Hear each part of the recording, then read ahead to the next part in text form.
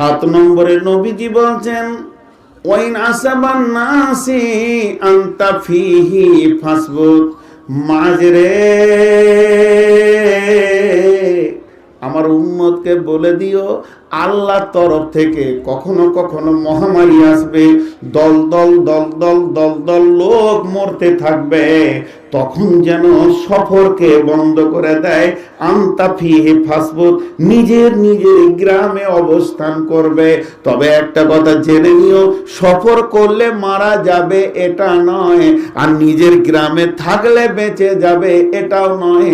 নবীজি বলছেন সফর বন্ধ করলে মহামারীটা তাড়াতাড়ি বিদায় নেবে, আর সফর চালু থাকলে মহামারীটা তাড়াতাড়ি গোলতাল হয়ে যাবে। অতএব শুনে নাও, হায়াত মতের মালিক মহামারী নয়, হায়াত মতের মালিক হলেন আল্লাহ। তুমি ঈমানকে মজবুত করে নিজের জায়গায় থাকবে। করোনা এসেছে, এলাকায় লোক মারা যাচ্ছে, তো তুমি ভাবিও না যে আমি মারা যাব। করোনা কি মতের মালিক? আচ্ছা, করোনাতে যে ছুঁই দিলেই মরে গেছিল, তাহলে পৃথিবীতে আর কেউ থাকতো? সব চলে যেত। এটা একটা ধোঁকা চলছে, বুঝছেন? আমার বিশ্বাস এটা একটা মানসিকতার উপরে ধোঁকা দিয়ে মেন্টাল ভাবে লোকগুলোকে মেরে দেয়া হলো। এগুলো কিচ্ছু নয়, কিচ্ছু নয়। ছুঁয়ে দিলেই যদি রোগ হতো, তাহলে বিশ্বে কোথায় চীন থেকে বাংলাদেশ ভারত পৌঁছিয়ে গেল, তাহলে বাকি কটাতে পৌঁছালো না কেন? আমাদের কি কোনো বাবা বলছে মুখে কাপড়টা নিলে আর যাবে না, করোনা দেখে নেবে মাস্ক আছে আর ওখানে যাবে না? এই আজীব ব্যাপার। কোথায় চীন থেকে চলে আসছে আর ওখানে মাস্কটা দেখে নেবে আর ঘুরে চলে যাবে যে মাস্ক আছে আর ওখানে যাওয়া যাবে না আমাদের।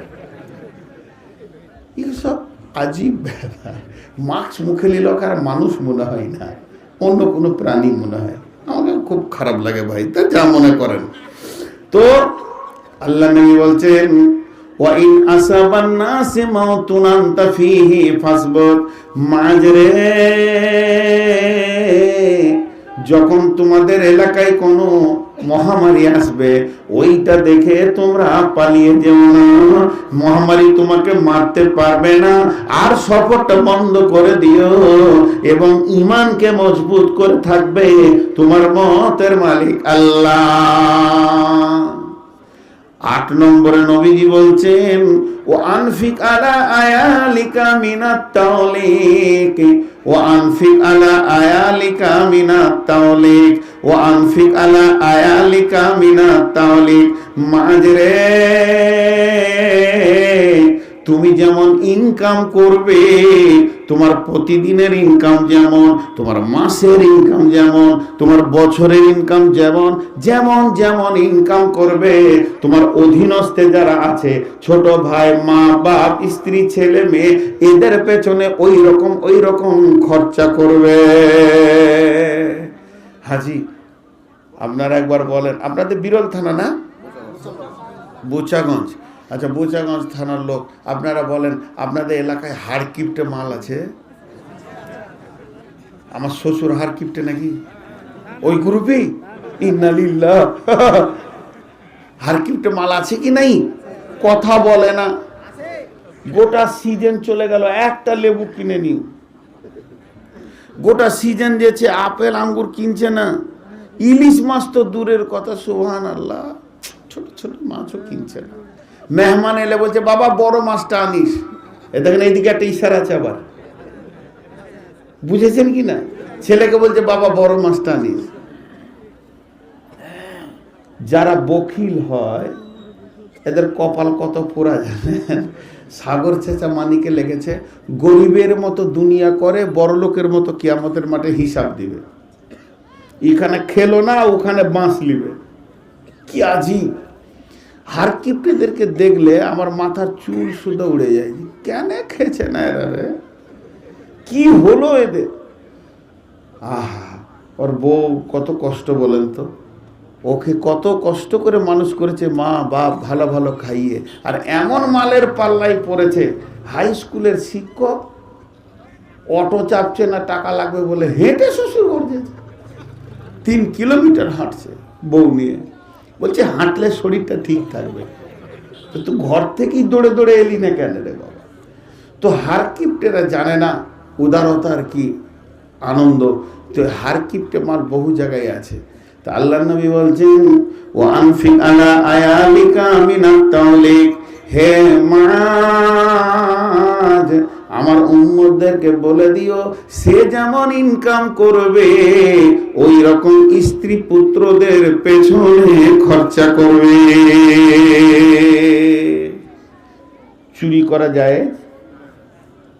এতগুলো লোক কথা বলে না। চুরি করা যায়, চুরি করা যায়, গীত করা যায়।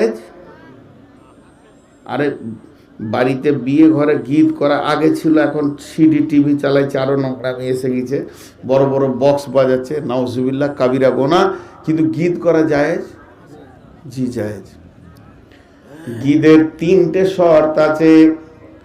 1 নম্বর শর্ত হচ্ছে যে মেয়েটার মেন্স চালু হয়েছে ওই মেয়েটা গীত করতে পাবে না। বুঝা গেল? একবার কচিগুলো। 2 নম্বর হচ্ছে গীতের মানেগুলো যেন শরীয়ত সম্মত হয়। 3 নম্বর হচ্ছে যে ঘরে গীত হবে ওই ঘরের সাউন্ডটা যেন রাস্তাতে এসে না পড়ে। 3টে শর্তে গীত করা যাবে। তেমনি চুরি করা যায়, কতটা পরিমাণ চুরি করতে পারবেন এবং কার কার ঘরে চুরি করতে পারবেন সেই পরিমাণটা হচ্ছে বন্ধুরে আপনার খাওয়ার যতটা প্রয়োজন ব্যাগে ভরার জন্য নয়, আর বিক্রি করে টাকা করার জন্য নয়। আপনার খাওয়ার জন্য যতটা প্রয়োজন আল্লাহ আপনাকে হালাল করে দিয়েছে কেন্দ্র থেকে, সেটা কাউকে জিজ্ঞেস করতে হবে না। বাপের ঘরে, মায়ের ঘরে, ছেলের ঘরে, বেটির ঘরে, চাচার ঘরে, ভাতিজার ঘরে, ভাগনার ঘরে, বোনের ঘরে, ভাইয়ের ঘরে, ভাতিজার ঘরে, এবং যে বন্ধুকে ঘরের চাবি দিয়ে আমি বিদেশ চলে যাই ওই বন্ধুর ঘরে। এই রকম 7-8টা 9টা ঘর আছে যে ঘরগুলোতে খাওয়ার জিনিসের ব্যাপারে জিজ্ঞেস করতে হবে না। আমার গাছে আম পেকেছে, আমার ভাগনা এসে 2টা পেরে খেয়ে নিল, এর জন্য তাকে চোর বলা যাবে না আর আমাকে জিজ্ঞেস করতে হবে না। তবে ভাগ্নে 3 কেজি পেরে নিয়ে মার্কেটে বেশি পয়সা করতে পাবে না। যতটা প্রয়োজন, আমার মাঠে বেগুন হয়েছে, ভাতিজা হাঁটছিল, চাচার গাছে 2টা বেগুন তুলে পুড়িয়ে খেয়ে নিল বাড়িতে, এর জন্য গুনাহ হবে না আর এর জন্য পারমিশন নিতে হবে না। কোরআন পারমিশন দিয়ে দিয়েছে। এর জন্য 7-8টা 9টা ঘরে চুরি করা জায়েজ আছে আর খাওয়াটা জায়েজ আছে। সূরা নূরের শেষ আয়াতের আগের আয়াতটা তরজমা দেখে নেবেন একবার। সূরা নূরের কার কার কার কার ঘরে আছে আল্লাহ ওখানে বলে দিয়েছেন। এইটা একটা গেল। আর চুরি করবে কে? যাদেরকে চোর বলা হবে না, চোরের আওতাভুক্ত আসবে না। কোরআনে চুরি করলে হাত কেটে দাও। যদি কেউ চুরি করে তার সাজা কি? হাত কেটে দেওয়া। এখনো আইনটা আছে, কিন্তু 2-3 জন চুরি করলে হাত কাটা যাবে না। ছোট ছোট নাবালক ছেলে যদি মা বাপের পকেট মারে, ও চোর নয়, ও কি দুষ্ট, ও কি দুষ্ট, চোর নয়। আর একজন চুরি করতে পাবে, স্ত্রী স্বামীর পকেট মারতে পাবে। বাস, দিয়ে দিলাম লাইসেন্স। হ্যাঁ, মা বোনেরা আবার কিছু ভাগ আমার জন্য রেখেন। আগামী বছর যেন প্রত্যেকটি মা বোন 500 টাকা করে মিষ্টি খেতে দেন, উকিল ফি। দলিল দিচ্ছি, সহিহ বুখারীর দলিল, আপনাদের টেনশন নাই। কিন্তু প্রত্যেকটা ভাবির কাছে আমার দাবি থাকবে, আগামী বছর যদি আসি 200-500 টাকা অন্তত 100 করেও দিয়েন, উকিল ফিটা আমার দরকার আর কি। দলিলটা লেন, হিন্দা উদার মেয়ে ছিলেন। ওই হিন্দা যখন ঈমান আনলো, আবু সুফিয়ানের সঙ্গে বিয়ে হলো। আর আবু সুফিয়ানটা ছিল রসুলের নিজের চাচা। ভালো করে শুনেন, হিন্দার সঙ্গে রসুলের চাচার যখন বিয়ে হলো, হিন্দা একদিন এসে বলছে, ইয়া রাসূলুল্লাহ, ইয়া হাবিবাল্লাহ, আপনি তো আপনার চাচাকে ভালো করে চেনেন যে আপনার চাচার মতো হার কিপটে মাল আর মক্কার মাটিতে নাই। সে কিছু কিনে না, খেতেও দেয় না, খালি রুটি আর নুন আর রুটি খেয়ে খেয়ে কলজে পুড়ে গেল। ও ইয়া রাসূলুল্লাহ, এখন আপনার চাচাকে কিছু বুঝিয়ে দেন, সে যেন উদার হয়ে যায়। তো নবীজি বললেন, ও আমার চাচিজি, বখিলকে উদার করা বড় কঠিন, তবে সহজ রাস্তা হচ্ছে চাচার পকেট মেরে মেরে খেলেন, অসুবিধা হবে না। আল্লাহ রাসূল পারমিশন দিলেন, যে স্বামীগুলো বখিল, যে স্বামীগুলো হার কিপটে মাল, ওই স্ত্রীকে উদার চিত্তে খাওয়ায় না, ভালো পরায় না, কসমেটিক্স কিনে দেয় না, বলছে একটা ফেয়ার লাভলি দাও, বলছে সরষের তেল মাখরে খেপি, এতে কোনো সাইড ইফেক্ট নাই, আবার ডাক্তার হয়ে গেল, কিন্তু কিনে দেবে না, আর চাইছে একটু সাজগোজ করব। তো আল্লাহ নবী বলছেন, ওই মেয়েটা যদি স্বামীর পকেট মেরে দেয়, বিসমিল্লাহ বলে একটা টাকা টেনে নিল, এবার গুনতে গিয়ে দেখছে 21,000 ছিল, 20 কেন, তখন বলবে তুমি নিয়েছো। অনর্গল বলে দেন, আল্লাহর কসম আমি লিনি, গোনা হবে না।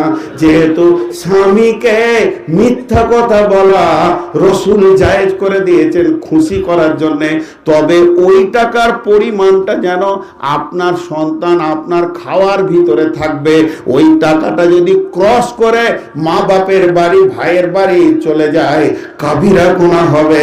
কোরআন বলেছে, ওয়াল হাফিজুনা লিল গায়বি বিমা হাফিজাল্লাহ, স্বামীর মালের হিফাজত বিবিকে করতে হবে। স্বামী ইনকাম করতে জানে, গুছাতে জানে না, বিবি যদি গুছানেওয়ালা না হয়, ওই স্বামীর বরকত হবে না। স্বামী আনবে, স্ত্রী গুছাবে, এটা আল্লাহ কোরআনে বলেছে। তবে অতটাই পরিমাণ আপনি নিতে পাবেন। এখন ইলিশ মাছ 1 কেজি কিনে খাওয়ার মতো খেলেও তো বখিলকে আড়াল করে খেতে হবে, হবে কি হবে না? এক হার কিপটে মাছই কিনে না, বুঝছেন তো? ও স্বামী স্ত্রীতে শুয়ে আছে, আর যখন তখন খালি স্ত্রীকে মারে, যখন তখন স্ত্রীকে মারে।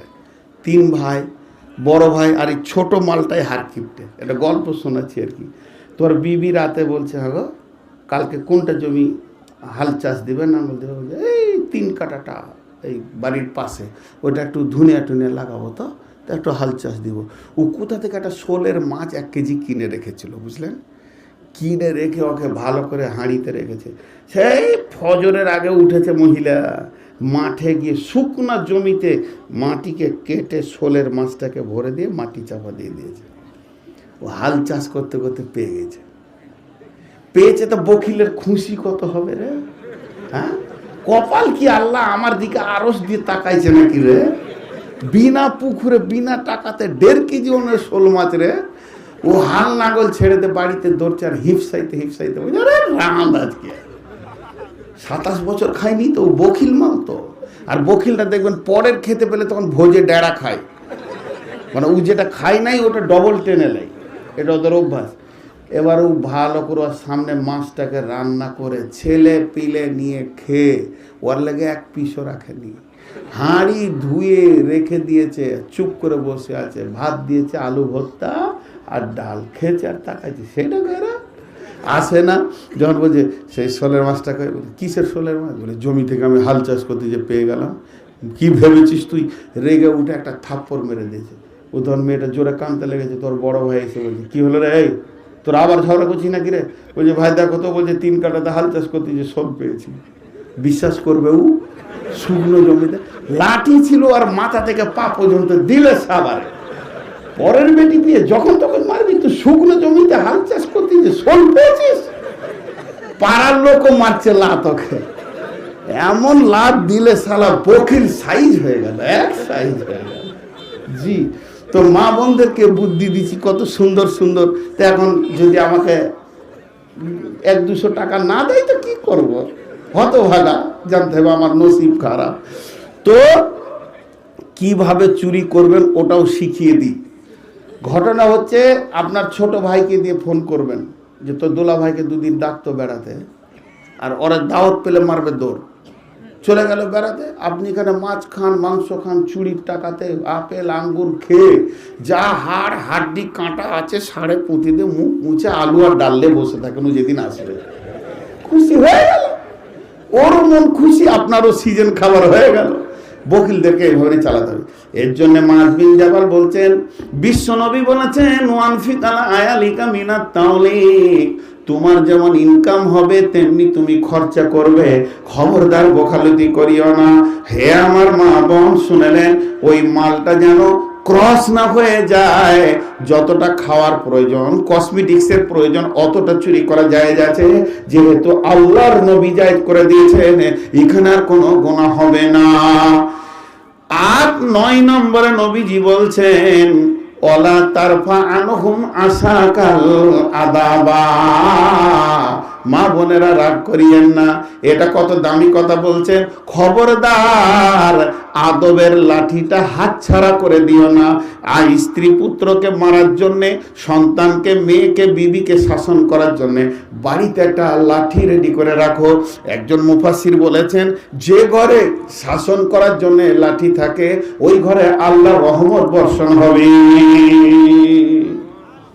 এখন যদি এতিমখানায় শিক্ষকেরা ছাত্রকে মারে বা স্কুলে, তোর বাপ দেখা করতে যায়? লাঠি নিয়ে শিক্ষককে দেখা করতে যায়, যায় কি যায় না? আরে হ্যাঁ না বলে না, যায় কি যায় না? যায়। এটা যুগ হয়ে গেছে এরকম। কিন্তু এক যুগে কেমন ছিল আমাদের ইউপিতে, হ্যাঁ, মসজিদি হিফজখানা, একটা ছেলেকে লাঠি করে মারছে, আর একটা লোক দরজায় হাসছে খিলখিল করে। তার একজন মুরব্বি যে বলছে, তোর হুঁশ জ্ঞান আছে, ছেলেটাকে মারছে, তা হাত থেকে ছাড়িয়ে দিবি, কোথা হাসছিস কেন রে তুই? ও তখন বলছে, আমি সাদে হাসছি, ছেলেটা যে আমার ছেলের ওপরে শিক্ষকের লাঠি পড়ছে, তো রসুল বলেছে আল্লাহ রহমত পড়ছে, তা আমার ছেলে আল্লাহ রহমত পাবে আর আমি হাসবো না, তো তুই হাসবি? এই জন্যে ওদের সেই রকম আলেম তৈরি হয় ইউপিতে। বিশ্বকে চাগিয়ে দিয়েছে ইউপি, পৃথিবীর কেউ পারেনি ইউপি কাজ পর্যন্ত। বড় বড় কিতাব লিখে প্রথম প্রাইজ ইউপি তুলেছে। আর শফিউর রহমান মোবারকপুরি ইউপির মানুষ। জি, ওরা এই রকম ওদের আকীদা যে ওস্তাদ, কিন্তু রহমত রহমত ওয়ানফিক আলা আয়ালিকা মিনাত তাওলিক, যেমন ইনকাম করবে তেমনি খরচা করো। ওয়ালা তারফা আনহুম আসাকাল আদাবা, আদবের লাঠিটা হাত ছাড়া করে দিও না। তাদেরকে মাছ খাওয়া, তাদেরকে মাংস খাওয়া, তাদেরকে আপেল খাওয়া, লেবু খাওয়া, ভালোবাসো, আনন্দ করো। মাসে একবার দুবার বিরিয়ানি বানাও, ঘরে পার্টি তৈরি করো, আপসের মধ্যে আনন্দ করো। কিন্তু যদি তারা নামাজে না যায়, মেরে হাড্ডিকে সোজা করে দাও। যদি তারা পর্দায় না ঢুকে, এমন মারবে যেন তাদের পা হাড্ডিকে ঠিক করে দেবে। একদিকে মারো, আরেকদিকে আনন্দ দিয়ে তাদেরকে খাও। অতএব বন্ধুরে, বিশ্বনবী বলেছেন ওয়ালা তারফা আনহুম আসাকাল আদাবা। কয়টা হলো? 9টা। আমি গুনিয়ে দিই। শিরক করিও না, মা বাপের সঙ্গে ভালো ব্যবহার করো, ধুমকাবে না মা বাপকে। খবরদার ফরজ নামাজ জ্ঞান বশত ছেড়ে দিও না, মদের বোতলে হাত দিও না। যখন নাফরমানি প্রকাশ্যভাবে দেখতে পাবে, তখন তুমি তোমার ইমানকে গোটাতে শুরু করে দাও। জিহাদের ময়দান থেকে পালাবে না, সামনে পায়ে জান্নাত, পেছন পায়ে জাহান্নাম। আর মহামারী থেকে পালিয়ে যেও না। আর যেমন তুমি ইনকাম করবে, ওই রকম তুমি খরচা করবে। আর আদবের লাঠিটা সবসময় মজবুত করে রাখবে। এবার 10 নম্বরটা বলবো। আর 10 নম্বরটা বলতে আমাকে 2 মিনিট লাগবে না, 1 মিনিটে হয়ে যাবে। আপনারা বুঝে নেবেন, এর আর কোনো ব্যাখ্যা নাই। আর ব্যাখ্যা করতে গেলে 2-4 ঘন্টাতে শেষ হবে না। আপনাদের বুঝার মতো 1 মিনিট লাগবে। কিন্তু যতগুলি মানুষ বসে আছেন, আমি 1 মিনিট অন্য কথা বলছি। আমি আপনাদেরকে অনেক ভালোবাসি। আমার ইতিহাসের সঙ্গে এই মুরব্বী বাপজি আমার জড়িত, আমার লাইফ হিস্টোরির সঙ্গে। আমি ইন্ডিয়াতে ফারেক হয়েছি, পড়াশোনা করেছি, ইন্ডিয়াতে জালসা করতাম। আমার বাংলাদেশে আত্মীয় আছে টাঙ্গাইলে। কোনো দিন তারা বাংলাদেশের একটা বাচ্চা ছেলেকে বলেনি যে নূর মোহাম্মদ জালসা করতে জানে, তোরালে বলেনি।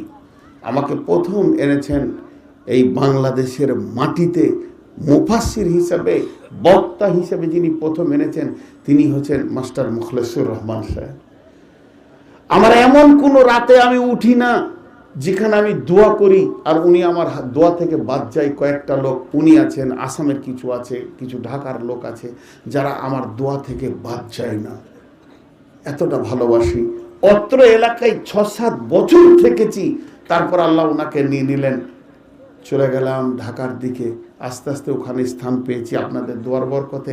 ওখানকার লোক অনেক ভালোবাসে। আগামীকাল সকালে এখান থেকে চলে যাব, ঢাকায় গিয়ে 2 দিন থেকে রবিবার সকালে ট্রেনে বাড়ি যাব, নিয়ত করেছি। তো আপনারা আমার জন্য দোয়া করবেন, আপনাদের জন্য আমি দোয়া করব। মহব্বতের দাবিতে, মেহমানকে ভালোবাসলে আল্লাহ ভালোবাসেন, সেই মহব্বতের দাবিতে বলছি, আপনারা আমাকে আজকে 10টা মিনিট টাইম দেবেন, কেউ জায়গা ছাড়বেন না। হাজার পেশাব লাগলেও যে যেমন দাঁড়িয়ে আছেন, যদি এটা করতে পারেন তো আমি উমরায় গিয়ে আপনাদের জন্য দোয়া করব আল্লাহর কাবার দরজার সামনে, আল্লাহ আপনাকে আমাকে যেন আমল করার তৌফিক দান করেন। বলেন ইনশাআল্লাহ জায়গা ছাড়বো না। শেষ দিনের বিদায়টা যেন ভালো হয়, যেমন রাস্তাতে দাঁড়িয়ে আছেন তাদের কাছেও 10টা মিনিট কি যাই আছে, আমি কথা বলবো, কথা বলতে বলতে 10 মিনিট পেরিয়ে যাবে। তো 10 নম্বরটা বলছি, ও আখিফুহুম ফিল্লাহে। নবীজি 10 নম্বর কত ছোট কথা বলেছেন, কিন্তু ওজন বেশি। লাখ কথার এক কথা, কোটি কথার এক কথা, সব কথার এক কথা। এটা এত দামি কথা বলেছেন নবীজি। নবীজি বলছেন, মাঝরে আমার উম্মতকে বলে দিও, ও আখিফুহুম ফিল্লাহে, তারা পৃথিবীর যে কোনো কোণে থাকুক না কেন, প্লেনে উপরে উড়ে যাক না কেন, জমিনে থাকুক না কেন, জঙ্গলে থলে স্থলে জলে, জঙ্গলে সজ্জনে দুজনে একা নির্জনে, আর জনসমুদ্রের ভিতরে থাকুক না কেন, এক কথায় যেখানেই থাকবে আল্লাহর ভয়কে যেন সঙ্গে রাখে। সঙ্গে কি রাখতে বলেছে? আল্লাহর ভয় যদি আপনার সাথে থাকে, আর কোনো গুনাহ হবে আপনার দ্বারা, যখনই কিছু করতে যাবেন আল্লাহ আছে। এই জন্য নবীজি বলছেন তারা যেন আল্লাহর ভয়কে সামনে রাখে। আমি দোয়া দিচ্ছি, হে আল্লাহ, রসুলের ওসিয়তগুলো আমাদেরকে মানার তৌফিক দাও। সকলে বলেন আমিন।